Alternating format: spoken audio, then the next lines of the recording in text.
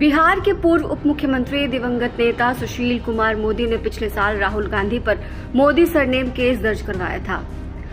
राहुल के खिलाफ ये मानहानि मुकदमा कथित तौर पर कर्नाटक के कोलार में चुनाव प्रचार के दौरान की स्पीच पर किया गया था। अप्रैल 2023 में पटना हाई कोर्ट ने राहुल गांधी के खिलाफ उनकी कथित टिप्पणियों के संबंध में यहां एक ट्रायल कोर्ट के समक्ष कार्रवाई पर रोक लगा दी थी।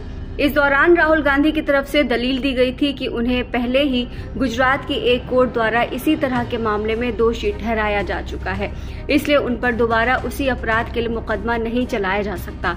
राहुल को सूरत की एक अदालत ने 2 साल जेल की सजा भी सुनाई थी, जहां भारतीय जनता पार्टी विधायक पूर्णेश मोदी ने एक बयान पर उनके खिलाफ मानहानि का मुकदमा दर्ज किया था। हालांकि अगस्त में सुप्रीम कोर्ट ने उनकी दोष सिद्धि पर रोक लगाई थी।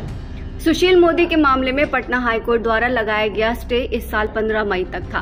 सुशील मोदी के निधन के साथ ये सवाल भी उठता है कि राहुल के खिलाफ उनके मामले का अब क्या होगा। इस संबंध में जब वकीलों से बातचीत की गई तो उनके मुताबिक अगर सुशील मोदी के कानूनी उत्तराधिकारी चाहें तो मामले को आगे बढ़ा भी सकते हैं। भारत में अगर शिकायतकर्ता की मृत्यु हो जाती है तो आमतौर पर मानहानि का मामला खुद ब खुद खत्म नहीं होता। शिकायतकर्ता के कानूनी प्रतिनिधि या परिवार के सदस्य के स्थान पर कानूनी कार्रवाई जारी रह सकती है। अगर शिकायतकर्ता का प्रतिनिधित्व करने वाला कोई नहीं है तो कोर्ट मामले को खारिज कर सकती है।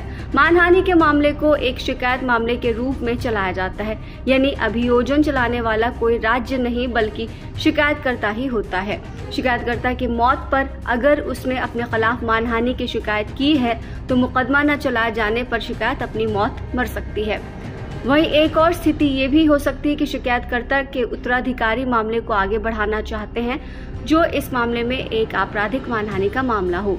वो आईपीसी की धारा 499 के स्पष्टीकरण 1 का सहारा ले सकते हैं और कह सकते हैं कि लालछन से प्रतिष्ठा की हानि होती रहती है।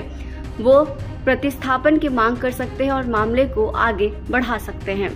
क्लैरिफिकेशन में कहा गया है कि किसी मृत व्यक्ति पर कुछ भी लांछन लगाना मानहानि के समान हो सकता है।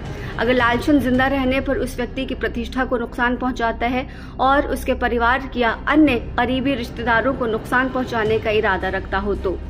एक मामले का हवाला देते हुए राजू बनाम चाकू 2005 के मामले में केरल हाईकोर्ट ने कहा था कि परिवार के लिए इसका हल उपलब्ध है, लेकिन मृतकों की मानहानि को नजरअंदाज कर दिया गया है और इसका अभाव है। हालांकि नागरिक कानून के तहत मानहानि के मुआवजे का दावा किसी मृत व्यक्ति की मानहानि के संबंध में इस सिद्धांत पर चलने योग्य नहीं हो सकता है कि कार्रवाई का व्यक्तिगत अधिकार व्यक्ति के साथ खत्म हो जाता है।